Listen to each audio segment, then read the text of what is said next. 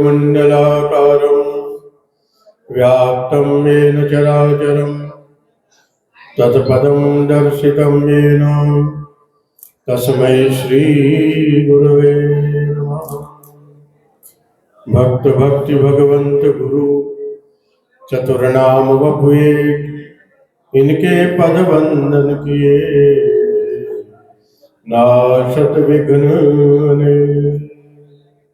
बोले श्री सद्गुरुदेव भगवान की, त्रिवेणी धाम की, डाकोर धाम की, कामड़िया धाम की, श्री चिंताहरण काले हनुमान जी महाराज की। प्रतिवर्ष की भांति आज आपके अपने आश्रम में एक बड़ा ही बृहद सब भक्तों के सहयोग से पोष बड़ा महोत्सव, भगवान का नैनाभिराम श्रृंगार, भक्त के द्वारा नूतन पोशाक धारण, 56 भोग की जाती और इन सब में चार चांद लगाने वाला सदगुरुदेव की प्रेरणा से बनाया हुआ श्री बजरंग सत्संग मंडल, जो कि बड़ी भक्ति भाव श्रद्धा से प्रत्येक रविवार को अलग अलग स्थानों पे क्षेत्रों में जाकर के सीताराम नाम राधेश्याम नाम का कीर्तन करके उस क्षेत्र के वायुमंडल को प्रदूषण से मुक्त करते हैं और कीर्तन का शब्द जो है आसपास के क्षेत्र में सब लोगों को सद्बुद्धि प्रदान करता है। ये सदगुरुदेव की प्रेरणा से चलता आ रहा है और बजरंग सत्संग मंडल में जितने भी अधिकारी हैं, पदाधिकारी हैं, सत्संग करता है, वो सब एकजुट रह करके एक लय ताल क्रम संगीत के माध्यम से तन्मयता के साथ में भगवान के नाम का कीर्तन करते हैं। सबसे बढ़िया बात, जब कीर्तन चालू करते हैं और जब तक कीर्तन होता रहता है वो लय, वो समा, वो तारतम्य बना रहता है। ऐसा नहीं कि भजन संध्या में तो फिर भी बीच बीच में ब्रेक लग जाता है, कुछ लोग अपनी अपनी बातें कहने लग जाते हैं, लेकिन कीर्तन का मतलब भी यही होता है और ये सार्थक का भी है कि प्रारंभ हुआ कीर्तन, जब तक कीर्तन करेंगे तब तक लय ताल टूटती नहीं है, एक विश्राम पूरा करता नहीं, उससे पहले दूसरी जोड़ी आगे आ जाती है और फिर उस क्रम को बनाए रखती है। इसे ही हम कीर्तन कहते हैं। भजन संध्या एक अलग चीज है। भजन संध्या में तो एक आया, उसके नाम की व्याख्या करी, उसको माला पहनाई, दुपट्टा पहनाया, उसके बारे में बोला तो एक लय टूट जाती है। वो भजन संध्या, भजन बदलता रहता है, अलग अलग भजन। लेकिन कीर्तन एक नाम ही होता है, वही बराबर निरंतर चलता रहता है, लयताल अलग अलग बनती रहती है। तो ऐसे सदगुरुदेव भगवान की प्रेरणा से यह कीर्तन रविवार को चलता रहता है। बहुत सारे मंडल हैं, सब मंडलों में एक ही लयताल से चलता है और भक्ति भाव से बनता है। आज आपके मंदिर में पोष बड़े का आयोजन अपने भारत की एक विशेषता है, उत्तर भारत की विशेष करके, कि जब जब भी कोई ऋतु का परिवर्तन होता है तब तभी खान पान का परिवर्तन होता है, और जब खान पान का परिवर्तन होता है तो भक्ति भाव से पहले हम सब लोग वो व्यंजन भगवान के भोग लगाते हैं, उसके पश्चात वो प्रसाद बन जाता है और फिर हम नित्य पाते रहते हैं। लेकिन शुरुआत भगवान से करते हैं। पौष के महीने में सर्दी का आगमन होता है तो शरीर को गर्मी की आवश्यकता रहती है।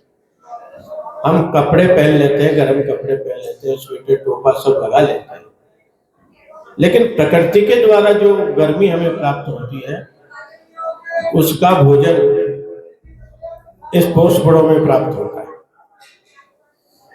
जिसमें मसाले भी डलते हैं, हलवा गरम गरम होता है, उसमें देसी घी का प्रयोग होता है, और उन मसालों की अलग अलग उसमें क्वालिटी होती है जो हमारे शरीर में गर्मी पैदा करती है।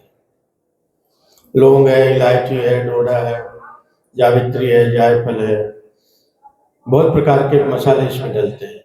फिर वो दाल होती है, वो भी गर्मी करती है।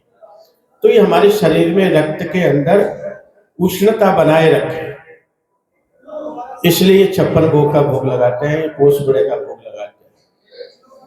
और फिर भजन गायक भी ऐसे भजन गाते हैं लयताल से भगवान को 56 भोग का, पोष बड़ों का, नाना प्रकार के चीजों का नाम लेकर के। तो भगवान भाव के भूखे हैं। इस 56 भोग को और पोष बड़ों के प्रसाद को जब हम प्रसाद बना लेते हैं, जब हम पाते हैं, तो हमारे शरीर में कई प्रकार के रोग प्रतिरोधक क्षमता बढ़ जाती है और हम सतोगुणी भी हो जाते हैं। आज आप दर्शन कर रहे हैं भगवान के, कितना सुंदर दर्शन। नाना प्रकार के जो ऋतु के सब्जियां आती है विश्व में ऋतुओं में, वो सारी सब्जियों को प्राय प्रयोग किया गया है और भगवान को सब्जियों का श्रृंगार किया गया। सारे सब प्रकार के सब्जियां हैं इसमें, फल भी है, मिर्चियां भी अलग अलग रंग की बनी हुई है। और ये देखो मिर्चियों का नाम लेते हैं भगवान ने कितने कितने। तो मिर्ची है और ये सब गुलदस्ता बनाया हुआ है, केले, मिर्ची और अनानास, और फिर माला में बना गया है। ये हनुमान जी को चढ़ाया गया। तो ऐसे भाव हुए जैसे ये गिरा मिर्ची का नाम लेते हैं तो भगवान ने कहा मैंने पा लिया है तुम्हारे भाव। एक ये प्रकृति है, ये हमारे मन को उत्साहित करने वाली है। भगवान कहते मैं हूं यहाँ। हनुमान जी महाराज साक्षी दे रहे हैं कि मैं हूं, और जो तुमने गाया, जो समर्पण किया, वो मैंने स्वीकार किया। अब ये प्रसाद के रूप में आपके लिए हो गया है। तो ये तो अब निश्चित है कि अपन सब प्रसाद पा करके जाएंगे। ठाकुर जी का बहुत बड़ा प्रसाद, भक्त के द्वारा 56 भोग, और भगवान शंकर का भी नैनाभिराम श्रृंगार किया जा रहा है। और बस्सी मंडल के संत महात्मा भी पधारे हुए हैं, बड़े अच्छे तपस्वी महात्मा, वो भी प्रसाद पा रहे हैं। उसके बाद में अपन सब पाएंगे। अभी ठाकुर जी का 5:30 बजे का समय है आरती का। आरती होगी और आरती के बाद में कुछ देर के लिए जो नियमित होती है संध्या में, वो स्तुति गायन होगा। उसके पश्चात प्रसाद प्रारंभ हो जाएगा। सब भक्त लोग प्रसाद पा करके जाएंगे। अन्नकूट में जो प्रसाद में अव्यवस्था हो गई थी, वो पीड़ा अभी तक बनी हुई है। आज हनुमान जी महाराज से प्रार्थना करेंगे वो पीड़ा से हमें मुक्त करा दे, और ठाकुर जी का प्रसाद जो भी भक्त लोग आवे ना, वो सब बैठ करके पावे, किसी को धक्का मुक्की ना हो। वो से अप्रोक्सीमेटली मेरे को ऐसा अंदाजा ना, कम से कम 200-300 लोग भक्त बगैर प्रसाद के चले गए। उस समय थोड़ी व्यवस्था गड़बड़ा गई थी, लेकिन आज भगवान की दया से व्यवस्था को व्यवस्था के कार्यकर्ताओं ने संभाला है। बस एक थोड़ा सा अवरोध ये आ गया कि मुख्यमंत्री जी भी आ रहे हैं। मतलब मेरी इच्छा नहीं थी उनको बुलाने की। क्यों? कारण क्या है आप समझें। एक महात्मा कथा कर रहे थे, तो एक राजा ने जाकर कहा राजा के अधिकारी ने कि राजा साहब कथा सुनने आ रहे हैं। तो महात्मा ने कहा नहीं उनको रहने दो, वो आएंगे अपने लाव में लश्कर के साथ आएंगे, अपनी व्यवस्था के साथ आएंगे, और जो हमारे भक्त लोग बैठे हैं इनको कथा सुनने में अवरोध होगा। अगर वो आना चाहें तो साधारण तरीके से आ जाएं और फिर बैठ जाए, तो कथा सुनाने में भी आनंद आता है। एक दिन मैं उनके यहाँ सीएम हाउस गया था किसी महात्मा के काम के लिए, कोई एप्लीकेशन लगानी थी। तो उन्होंने मेरे को कहा कि गुरुजी पोष बड़ा कब का है, कितनी तारीख का है? कहते मर गए, आफत आ गई है। तो मैंने कहा साहब 28 को रखा है। तो ठीक है मैं आ रहा हूँ, व्यवस्था देख लो। ठीक, उन्होंने अपने एनजीओ को नोट करा दिया। मैं भूल गया, दिमाग से निकाल दी, बड़े लोग आ जाएंगे तो ठीक है। कल उनका फोन आ गया कि भाई हम लोग आ रहे हैं कल के लिए इतने बजे। अब वो थोड़ी सी व्यवस्था उनके प्रोटोकॉल के अनुसार थोड़ी सी मतलब पंगत की में 150 आदमियों की कमी हो गई बैठाने की, सब लोग मैनेज कर लेंगे, लेकिन वो 7-8 बजे आएंगे, आ जाएंगे, चले जाएंगे। मैंने उनसे कहा फोन पे, मैंने कहा साहब साधारण तरीके से आना, समय लेकर के आना, ऐसा नहीं कि भाई मैं जल्दी में कहते नहीं मैं प्रसाद पा करके फिर निकलूंगा। मैं कहा ठीक है, ये हनुमान जी की कृपा है, जब भी उनका मन करता है तो कई बार तो रात को भी आ जाते हैं। एक दिन अचानक रात को 9 बजे फोन किया, कहते मैं आ रहा हूँ, फटाफट पुलिस वाले आ गए और हो गए प्रोटोकॉल के अनुसार, और 1-1.5 घंटा बैठे रहे। यज्ञ में भी आपको ध्यान होगा पूर्णाहुति पाए 2 घंटे रुके, उनकी श्रद्धा है हनुमान जी की।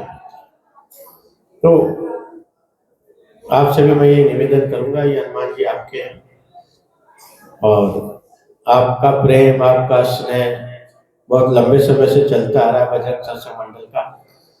एक बार प्रारंभ हुआ तो वो ऐसे शुभ मुहूर्त में प्रारंभ हुआ, हनुमान जी ने आपको जोड़ लिया, बजरंग जी ने आपको जोड़ लिया, और ऐसा लगा कि आप बिना हम नहीं, हमारे बिना आप नहीं, एक दूसरे के बिना ऐसा हो गया सहाय। तो बड़ा प्रेम है आप सब लोगों का हनुमान जी से, और दास पे भी आप लोगों का प्रेम स्नेह बना हुआ है। जब भी मैं निवेदन कर देता हूँ, या कभी कभी वीडियो साहब खुद भी कह देते हैं मैं चलो ये खाली कर लेगा, मैं करो आपका स्थान। तो ये सब गुरुदेव की कृपा है। सबको मंगल बधाई है इस पोष बड़ा महोत्सव की। सबके घर में कुशल मंगल रहे, और ऐसे कीर्तन में, भक्ति में जो लोग आए हैं सुनने के लिए, भजन करने के लिए, उनका सबका मंगल हो, और उनके भक्ति भाव में और भाव बढ़ते जाए, भक्ति बढ़ती जाए, क्योंकि हमारे जीवन में यही साथ जाएगा, और इसी के सहारे सब आगे बढ़ते चले जाएंगे। इतना ही कह करके मैं मेरी वाणी को विराम देता हूँ। सर्वे भवन्तु सुखिनः, सर्वे सन्तु निरामयाः, सर्वे भद्राणि पश्यन्तु मा कश्चित् दुःखभाग् भवेत्। ओम शांति, ओम शांति, ओम शांति।